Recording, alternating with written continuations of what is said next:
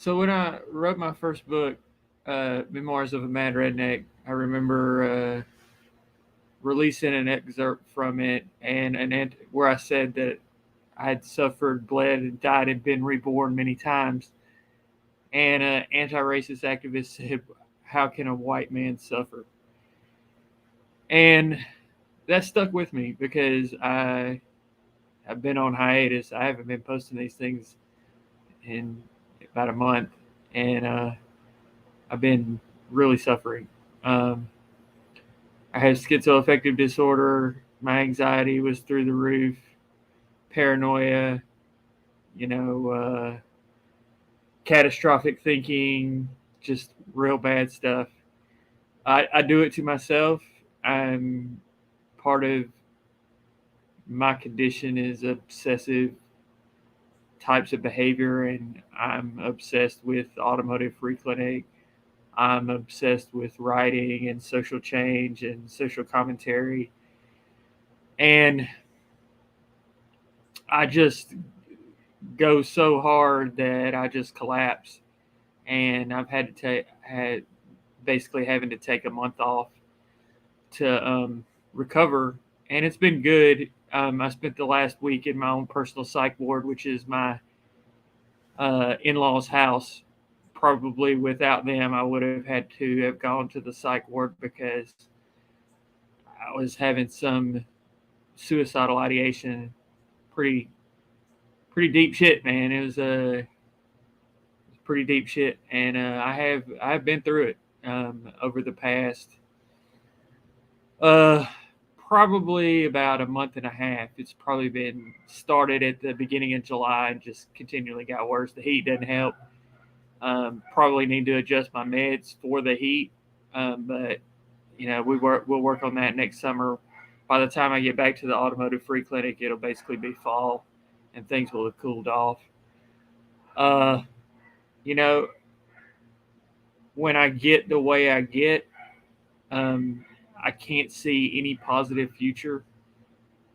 Even the good things that are happening seem negative or like some sort of threat. But I'm feeling much better now, and I'm having more optimistic mentality. I've also picked up a couple of hobbies, food, um, food and cooking. I'm going to start cooking for me and my wife, which takes a lot of pressure off her, and it gives me something else to for my mind to focus on. I've also am going to practice better connectivity sanitation, leave my phone in the truck, not check email, but once or twice a day, and not stay connected all the time and stimulated all the time. That's going to be a bit of a challenge for me because I like to stay in touch with the people that I'm working with, but I'm going to have to let some things slip through the cracks from now on so I don't get the way I was. I'm always going to get that way at some point in time. It's inevitable.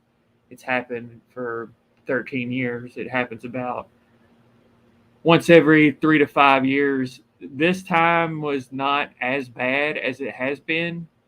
Um, I didn't have any psychosis, any real scary shit going on in my head.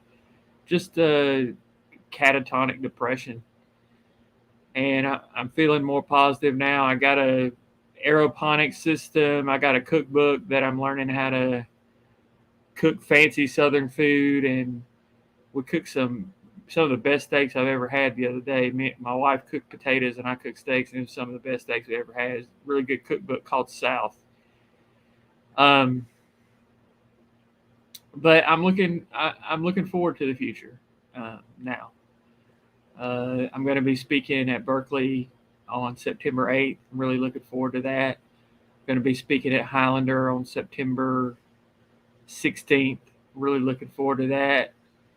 I submitted an article to a magazine, a pretty big magazine, that critiques the concept of whiteness and basically argues that whiteness doesn't have a coherent definition. And I try to give it a coherent definition, something that would be more useful for us activists than just, you know, evangelical conversion of random assholes into anti-racism, which is like emptying the ocean with a teaspoon.